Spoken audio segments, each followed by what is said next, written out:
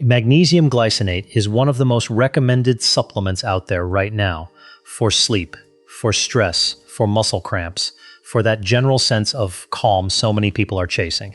Walk into any pharmacy or scroll through any wellness page and you'll see it everywhere. But here's a question almost nobody asks before popping that capsule. Are you actually absorbing the dose you're taking? Because here's the thing about magnesium, and about most supplements, honestly, the amount printed on the bottle is not the same as the amount your body ends up using. A handful of everyday habits, things that feel completely unrelated to a supplement routine, can quietly reduce how much magnesium your body actually absorbs and puts to work. Not because the supplement is bad, not because you're doing something obviously wrong, just because nobody ever walks you through the fine print of how this mineral actually behaves once it enters your body. So, before you take your next capsule, here are 5 things genuinely worth knowing. Number 1. What you eat it with matters more than you'd think. A lot of people take their magnesium right after a meal. It makes sense. Taking a supplement on a full stomach usually feels gentler, safer, less likely to cause any discomfort. That instinct isn't wrong, but the type of meal you pair it with can make a real difference in how much of that magnesium your body is actually able to use. Here's why. Certain foods contain natural compounds that bind to minerals in the digestive tract. Phytates, found in whole grains, beans, and seeds. Oxalates, found in leafy greens like spinach and beet greens. And of course, calcium itself, found in dairy and fortified foods. None of these foods are bad for you. Quite the opposite. They're staples of a genuinely healthy diet for completely different reasons. But when they're eaten at the same time as a magnesium dose, some portion of that magnesium can get bound up by these compounds in the gut and pass through the body largely unused, rather than being absorbed into the bloodstream where it can actually do its job. This effect tends to matter more with very high fiber or very high oxalate meals than it does with an average meal. So this isn't something to obsess over at every single sitting. But if your daily pattern looks like a big bowl of oatmeal, a handful of almonds, and a spinach salad, all eaten around the same time as your magnesium capsule, it's worth knowing that some of that dose may not be reaching your bloodstream the way you'd expect. What to do instead? Where it's practical, try taking your magnesium alongside a lighter, lower fiber meal or snack rather than the biggest, most fiber-dense meal of your day. Something like plain rice, a slice of toast, or a soft-cooked vegetable like zucchini or squash tends to be a gentler pairing that doesn't compete as heavily for absorption. And if you separately take a calcium supplement, it's a good idea to space that a couple of hours apart from your magnesium dose, since the two minerals share some of the same absorption pathways. Number 2. Coffee and alcohol both play a quiet role. Most people don't think twice about their coffee, their afternoon tea, or their evening glass of wine when they think about their supplement routine. But both caffeine and alcohol have a documented effect on how much magnesium your body holds onto. Caffeine has a mild diuretic effect. In plain terms, that means it can slightly increase how much magnesium, along with a few other minerals, your body loses through urine. For most people, having a cup or 2 of coffee a day, this effect on its own is fairly modest and nothing to be alarmed about. But it does add up over time, especially for people who are drinking coffee or tea steadily throughout the day, or for people whose baseline magnesium intake from food is already on the lower side. Alcohol has a more noticeable effect. Regular alcohol consumption has been linked in research to increased magnesium loss through urine, and with sustained heavy use, to measurably lower magnesium status overall.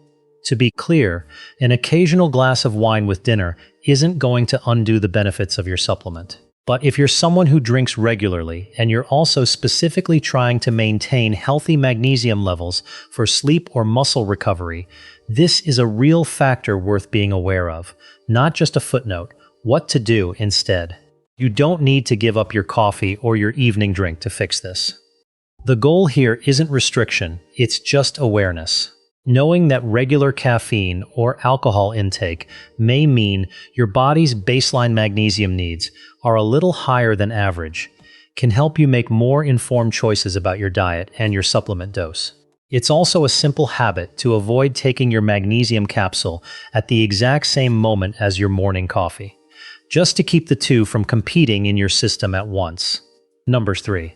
One big dose isn't always better than a split dose. This is one of the most common patterns out there, taking one large magnesium capsule right before bed, hoping it works like flipping a switch straight into deep, restful sleep. Here's the problem with that approach. Magnesium is absorbed through specific transport pathways lining the small intestine, and those pathways can only move so much magnesium across into the bloodstream at any given time. When a large single dose arrives all at once, it can partially outpace what those pathways are able to process. The portion that doesn't get absorbed in time stays behind in the intestine, where it draws in water. That's actually the well-documented mechanism behind one of magnesium's most common and well-known side effects: loose stools, particularly at higher doses. There's also a labeling detail that trips up a lot of people. Most supplement bottles list the total weight of the compound itself. So you might see something like Magnesium Glycinate, 400 milligrams, printed boldly on the front label. But that number reflects the weight of the entire compound. The magnesium bonded to the glycine molecules, not the amount of elemental magnesium, meaning the actual usable magnesium, that your body extracts and absorbs. The elemental amount is typically a noticeably smaller number, and it's usually listed in smaller print on the supplement facts panel. If you're trying to hit a specific daily target, that's the number worth paying attention to, rather than assuming the large number on the front of the bottle is what you're actually getting. What to do instead? If your total daily amount is on the higher end, consider splitting the dose rather than taking it all in one sitting. For example, part of it in the morning and the remainder in the evening. This approach tends to reduce digestive side effects like loose stools, and it may support more consistent, steady absorption throughout the day rather than overwhelming your system all at once. Number 4. It can interact with medications and other supplements in ways most people never consider. This is the mistake people miss most often, simply because it isn't about the magnesium supplement itself. It's about everything else already sitting in the medicine cabinet. A few worth knowing about specifically. Acid-reducing medications, including the class known as proton pump inhibitors, work by lowering the amount of acid in your stomach. Stomach acid, it turns out, plays a role in how well certain minerals are absorbed further down the digestive tract. Long-term use of these acid-reducing medications has been associated in research with lower magnesium levels in some people over time. Calcium and iron supplements share some of the very same absorption pathways as magnesium in the gut. When large doses of all three arrive in your system around the same time, they can effectively compete with one another, meaning your body may end up absorbing less of each than it would if they were spaced apart. Diuretics, commonly known as water pills, and often prescribed for blood pressure management or fluid retention, can increase how much magnesium your body loses through urine, sometimes significantly depending on the specific medication, and certain classes of antibiotics can actually bind directly with magnesium in the digestive tract. Here's the interesting twist. In this particular interaction, the more clinically important concern usually runs the other direction. The binding can reduce how well the antibiotic itself is absorbed and how effective it ends up being, which is arguably the more urgent half of that interaction to be aware of. What to do instead. If you take any prescription medication on a regular basis, it's genuinely worth having a quick conversation with your pharmacist or your doctor about timing. This is exactly the kind of practical, everyday question pharmacists are used to answering, and getting a personalized answer removes all the guesswork.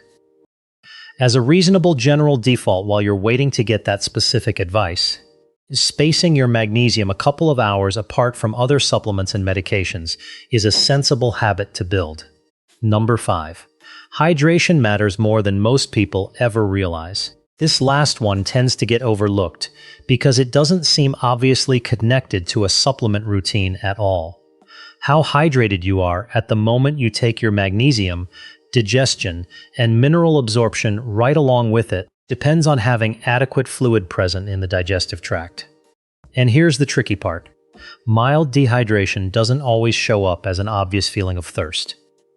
Sometimes it shows up instead as general fatigue, muscle tension, or restless, lower quality sleep, none of which most people would ever think to connect back to how much water they drank earlier in the day. Under those mildly dehydrated conditions, some people find that supplements sit less comfortably in the stomach and are somewhat more likely to cause mild digestive discomfort. This tends to be most relevant at night, specifically after a full day that may have included coffee, maybe a drink with dinner, and not much plain water consumed in the hours leading up to bedtime. Right when a lot of people happen to be taking their magnesium, what to do instead? A simple, low-effort habit. Drink a glass of water roughly 20 to 30 minutes before taking your magnesium, especially if you're taking it in the evening. It's a small adjustment, but it supports the very same digestive process that every other fix in this video also depends on. So, to bring it all together, before your next dose of magnesium glycinate, it's worth thinking through a few things. What you're eating it alongside. How much coffee or alcohol is part of your regular routine? Whether a large single dose might be better split into two smaller ones. Whether any medications you're taking might be quietly interacting with it. And whether you've had enough water recently for your digestive system to actually put that dose to good use. None of this requires switching to a different brand, buying a more expensive supplement, or taking a bigger dose than you already are. It really just comes down to a little more awareness of how magnesium fits into the rest of your daily routine. The meals, the drinks, the medications, and the basic hydration that all quietly shape whether that capsule ends up helping you or just passing through unused. If you found this helpful, go ahead and subscribe for more evidence-based breakdowns just like this one, and let me know in the comments which of these 5 you didn't already know about. This video is intended for general educational purposes and isn't a substitute for personalized medical advice. Always talk to your doctor or pharmacist before starting, stopping, or adjusting any supplement, especially if you have kidney disease, take prescription medications, or are managing another health condition. Magnesium glycinate can be an excellent supplement when it's used correctly. But taking it the wrong way may prevent you from getting the benefits you're expecting. Always follow the recommended dosage. Consider your personal health conditions and speak with a healthcare professional before starting or changing any supplement, especially if you have kidney disease or take prescription medications. If you found this video helpful, give it a thumbs up, subscribe for more evidence-based health tips, and share this video with friends and family so they can avoid this common mistake too.